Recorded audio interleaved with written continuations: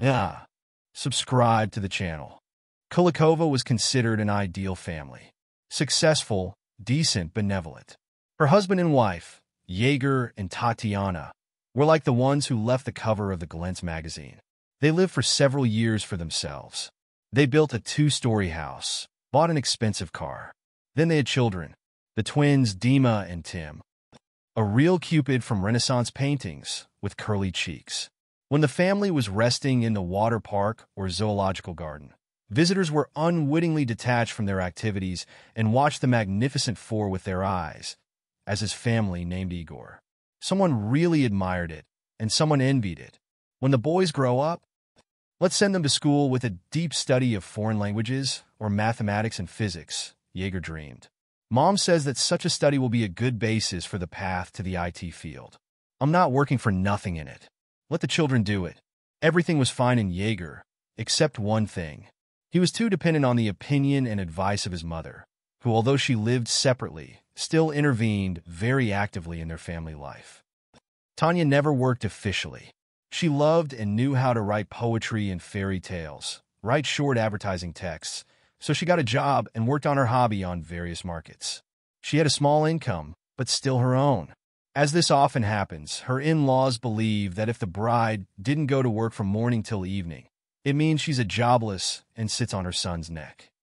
Coming to their shining, clean house, she never missed the chance to hint that it would be nice if Tanya could at least get a manager at some office, so that Yegorushka would not burst into a single for the sake of the family. Moreover, she tried to do this in the presence of Yegor, to pour seeds of dissatisfaction into his soul. Tanya preferred to joke around, but one day she could not stand it and said everything that was on her mind. Lydia Karovna, sitting at home, as you say, I do all the housework. I cook, wash, iron. I do the housework not only in the house, but also in the plot. You like to walk on beautiful, clean, on potential salaries, and you will find out if I sit on your neck or not. Svikrov was suffocated with indignation. How can you talk to me like that? You've been hitting on the old people lately, Hamish. I'm not hitting on them. I'm just telling you the facts. Tanya answered dryly. Yes, I knew. I knew that in a quiet swamp the devils are being led. Svikrov was not satisfied. All his life, he pretended to be a soul, smiling and calling guests. She lay down softly, and it turned out to be hard to sleep. Mom, please stop. Tanya was tired, threw Tanya, and went to her. Do you see? Do you see? The mother-in-law screamed, addressing her son. What a rotten nutcher from her climbed. Igor, who did not expect that his soft, tactful wife would suddenly give her mother a reprimand, did not know what to do. He loved Tanya, but without his mother, he could not make any important decision. Only once listened to him, when he married Lady Yegorovna against the will. He did not meddle in the cause of the mother's enmity against his young wife. Most likely, such a fate would have been achieved by any woman who took a more important place in the life of her son than she did. The jealous mother dreamed of full obedience to her daughter-in-law, but Tanya turned out to be too independent, and never managed to press her by the nail. For all the years of their joint life, Tanya never raised her voice to her in-laws, never quarreled with her, knowing how to deal with any conflict situation. Her in-laws were angry, looking for reasons to grumble and make claims. Even her grandchildren, Lady Yegorovna, were irritated. In her opinion, the birth of 2 children at once was a sign of inequality, of course, for their mother. Like 2 or 3 animals are born, not humans. Probably this is how she treated Dima and Tima as puppies. But Tanya endured everything, and it was so until the day when this patience burst. After Tanya's departure to the bedroom, Mother sat on the mountain. Well, how many good girls were around? Mom, what are you talking about? Not even Yegor was against it. Tanya is from the same family as ours. Her parents died early. Why you call her that? I know them. They pretended to be honest all their lives. Mother smeared her dust on the wretched brats. Yegor, unable to listen to the nonsense anymore, got up and also wanted to leave, but the mother-in-law got even more angry. Here. And you want to leave so I can sit here alone. Is this how sons behave? But you don't listen to your mother, but to your wife. You scoundrel. Igor turned on the TV and said, "Mom, you need to rest, relax, sit down while I want to talk to Tanya, so that she doesn't do that anymore. Here, tell her not to ask, see my queen?" Igor went to his wife, but she was not in the bedroom, and noticed Tanya in the garden. She was watering the flowers. "Tanya, don't be offended by your mother. You know, the elderly people don't know what they're doing," he said, looking down at her. "Oh, Igor, do you really think this is because of your age?" "Yes, your mother was the same as she is now from the first day. I just didn't tell you much, and I tolerated even more, so that we don't have scandals with you. I can't stand a fight." She smiled. "Please give me the lei." Igor gave the lei to Zini and immediately remembered the words of his mother. It seemed to have struck him with thunder. And it is true. Tanya, because it's so convenient when they have already made a decision for you. You only agree with them and say, "What a smart girl I have." But now his brain, like a jaddle, was swearing this shameful word. And the most disgusting thing is that Igor felt a great share of the truth in this word. That's it, it's time to end this, he decided. Although he did not know how exactly he would end up with it. At first, he decided that he needed to start a romance on the side. Well, yes, that's exactly how real manhood manifests itself. Tanya, used to the friendly relationship with Igor, immediately noticed the change that had come. Now any of her requests was perceived by her husband as an insult to his freedom. And during the joint trips from home, Igor was shooting at them with his eyes, which had never happened before. Even in bed, he became more and more selfish.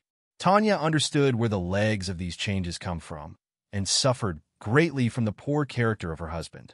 But doesn't he see that his mother envies their happiness? It is not clear what she is trying to achieve, to ruin the life of her daughter-in-law, and together with her own grandson. One weekend, they went out for a walk with the whole family. In their resort town, it was enough to just go to the Central Boulevard to find yourself in an amazingly beautiful place with evergreen plants, singing fountains, throwing out multicolored streams of dramatic music, and of course with a lot of walking and relaxing people. Tanya first wanted to give up. She was not well in the morning, but for the sake of the family, she decided to endure.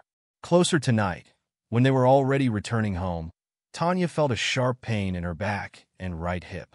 She snored and caught a strict and questioning look at her husband. "What is it? Something in the side has stung," Tanya admitted.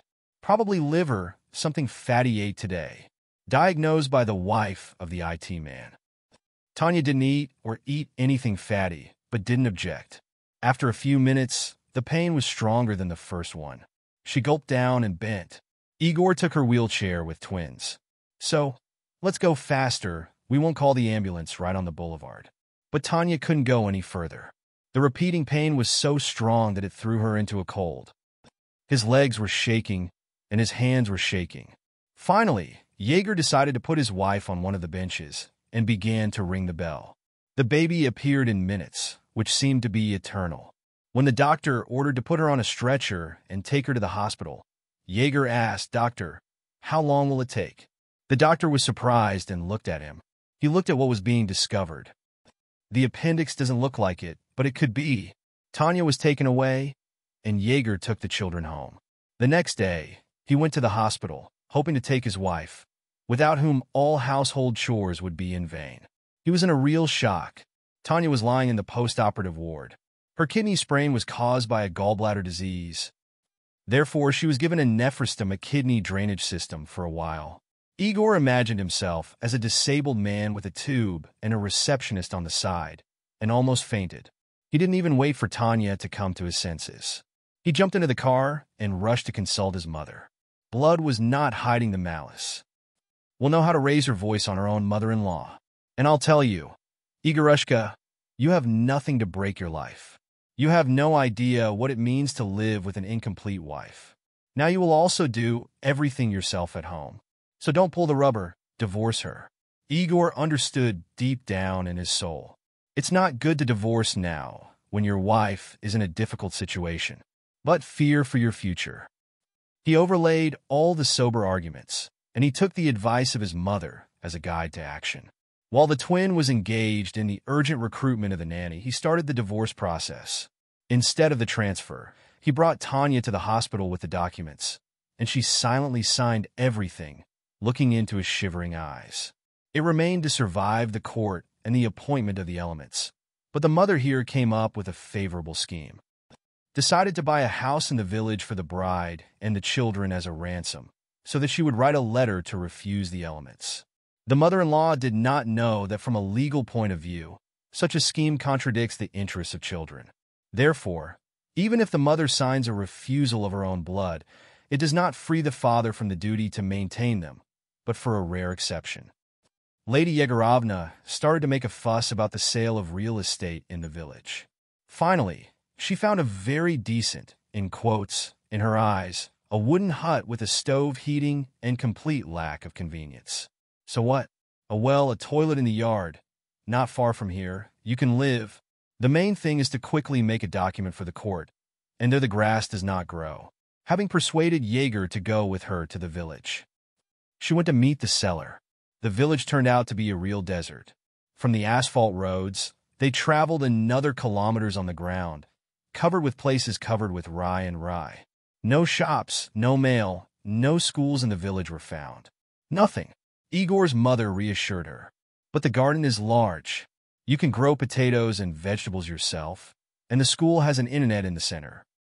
Jaeger sang, but did not argue. While they were making a deal, the cold autumn wind began. So on the way back, Kulikova was deeply stuck in the fat village of Chernozem. Lydia Yegorovna had to get out of the car and push back, while her son was trying to steer at least on the grass.